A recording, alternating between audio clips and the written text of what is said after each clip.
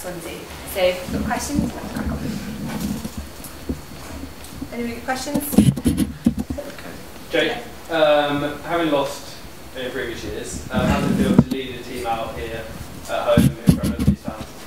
Oh, it's pretty special. We sort of didn't take it for granted going into the competition already, but one-off games, being in charge of such a great bunch of boys, if we got our game right, we can do something special here today. And fair play to the boys, we stuck at it. The captain was just an extra on, isn't it? So I headed that up, but it's more about the boys today. Great bunch of boys, we've got a good win. And before the game, do you draw on the squad from last year, or is it all about today? I tried not to worry too much about last year. With University Rugby, a lot of new boys, about I think 11 or 12 new boys into the squad this year. Mixture of first years, second years, third years. We've played a lot of rugby together. We sort of know where we've come from at the beginning of the season. Slippery start, got better and better each week. We knew we had the tools to come out and get a win today. And fair play to us. I think we put on quite a show. Rich, disappointing result tonight for the Swansea team. Where do you think it went wrong? It was a bit of a flip, complete reverse of last year actually. I think we had all the ball in the first 20 minutes and we're getting penalties from the pressure we were playing, much like Cardiff last year. But I think Cardiff scored their first try and they didn't really look back. The momentum was all with them. And they got into a set-piece game, power game of attrition, and that's where we struggled, I think, and that's Cardiff power. From what you alluded to when I spoke to you before the match, you thought it might go that way. Do you think that it's something you can bounce back on next year? You seem to say that you had a younger squad to choose from. Yeah, we certainly had a young squad. It's disappointing for us because I don't think we executed our game plan. Our game plan was to play away from the forward, and I don't think we executed that very well today. We got involved in an arm wrestle, which is where we didn't want to be. But certainly, the boys who started, the 18-year-olds who were involved today, they're all going to draw from the experience that they had. For players like Richard Smart and Tom Rowlands, who have spent 3 years with the squad, how would you sum up their career, I guess, with Swansea University rugby team? They've been absolutely fantastic for us. Tom Rowlands, he's been with us week in, week out. He's been playing Premiership rugby. He's been involved with the Blues squad, and he's been there week in, week out. Despite his club commitment, so he's been outstanding for us. Rich Smart is maybe the flip side. Maybe rugby in the university has been his primary team, and he has lived and breathed the team. We haven't got, I'm a volunteer for Swansea and Martyn's the head of rugby. Richard Smart picks up a lot of the slack from me, so as a captain he's got a lot of administrative duties to do as well, which it's a lot of work for a student on top of their academic workload. Overall, where do you go from here? This is only a minor setback, I guess. Swansea's still taking 10 wins out of the last 15 years. Do you hope to bounce back yet next year, and where do you hope to build on for the next season? Yeah, of course, it's disappointing now because that's the last game of the season probably for all the boys involved, and so there's not the opportunity to put it right next week. But it is something to store and to use as fuel for next season. Martyn, everything seems to go right today for Cardiff on the field. How pleased are you with how well the guys took what they've been learning on the training field and brought it to Millennium Stadium today? Well, that's the key for me, excuse me, is the training ground transference. We particularly looked at managing the 9, Australia, at the lineup where Jake's gone. Everything we seem to look at the training and work on our training. You get games like that, it all clicked today. And Craig Lodge was on the match today, dominating in the line out. How proud are you of his performance? Particularly so with Craig, because Craig's been overlooked. It wasn't until Craig started playing for the university people started to take notice of him. I think there'll be lots of phone calls tonight and tomorrow morning for Craig Lodge. Yeah, usually you're not the favourite, so how did you deal with sort of favourite tags this time around? We didn't, if I'm honest. We still looked at ourselves as underdogs. We do every year. We quite relish that underdog tag. I'll leave it. That's right. Rich, sorry about today's loss from the Waterfront. How would you think the line-outs went this week? Line-outs have been an issue this season. Brought in specialist Alan Jones to help sort that out. Today didn't go particularly well. Can you explain why? Yeah, I think Cardiff put a lot of pressure on us. They've done a lot of work on our line-outs and they've got a lot of pressure on us there. We weren't helped by a last-minute disruption. Selected team, but we've got no complaints. It just, as Martyn said, sometimes everything work on the training field comes out on the pitch and sometimes it doesn't.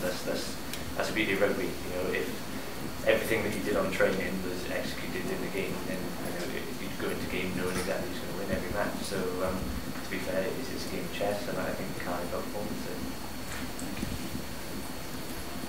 Jay, the fans were awesome today. How much do they spur you on the field?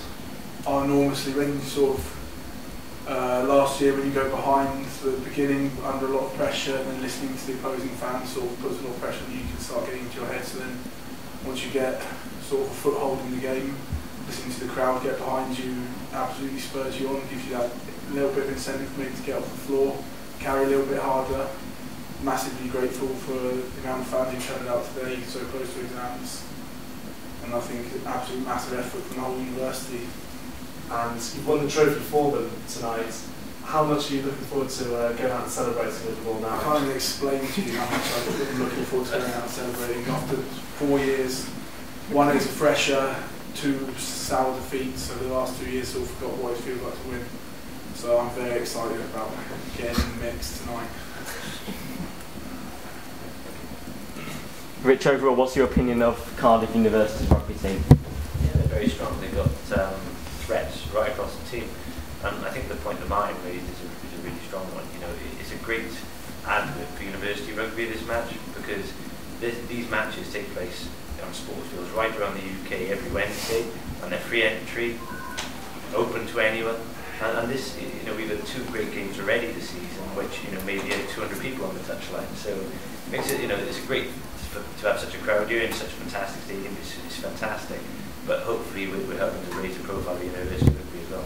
Do you think this event will only get bigger and better over the next 5 years? Fingers crossed. Yes, fingers crossed. You know, we're seeing growth. Certainly, it was in the Arms Park, the Liberty Stadium, when it grew there, and then last year it was the boom year when it came to such a magnificent stadium, because students want to come here as well. You know, it's a great rugby match, but it's an event as well in the student calendar, and that's the important thing to remember, I think. Would you like to bring back the Liberty Stadium in the future? Yeah, possibly, but you know, we signed a 2-year contract here. We're really, really happy with the stadium. I think we're really, really lucky that we can do things here that Liberty Stadium can't. I think we're at a point where we've probably outgrown the Liberty Stadium, unfortunately, because if you look at the hospitality boxes today, I think we have, you know, 100 hospitality boxes in use, which is absolutely fantastic that that many people are interested. So, you know, at the moment, I think everyone enjoys coming into the capital. The Swansea students enjoy travelling, and so it's not going to be our decision. It will be left to the students essentially, and to the board members. But you know, I think the boys really enjoy coming to the National Stadium and having this experience, as do the students. Obviously, this is for Jake. Obviously, Cameron didn't start too well with his kicking. Did you have a little word with him to try and keep his head in the game, or did you just let him get on with it? Yeah, I just sort of let Cameron do what he does. I don't think we ever intended, we didn't think we'd win the game with his boot. We haven't throughout the year. We just rely on scoring tries, power plays, and I think we executed that exactly today. So I don't think we worry too much about place kicking. Don't want to rely on that. We'd rather sort of come out here and score tries. We haven't had very much success with the boot all year, so we didn't expect to today. Fair play to Cameron. He absolutely controlled that game, put us in the right places to make sure that when we did get opportunities, we could punish them. So I think Cameron had an excellent game regardless of his boot. Martyn, from a coaching perspective, obviously the fans love seeing tries, but from your perspective, how satisfying is like the defensive effort like we saw at the start of the second half? From a coaching perspective, it's probably better to score tries, if I'm honest. You know, we've worked on this. We've been in camp for a month, isn't it? Yeah. For more than a month, and you know, we've worked on defence, worked on folding. Again, you know, just reverting back to what I said, everything we did in the training camp paid dividends today, especially in defence. Going back to what Jake, the question about Cam as well. You know, let's not understand, Cam's drop goal efforts were superb, you know, to be fair. I just thought it was, because obviously he didn't start so well, I thought maybe the captain had a word sort of thing. Yeah. Oh yeah, he did. Yeah, he did. Okay, any last questions?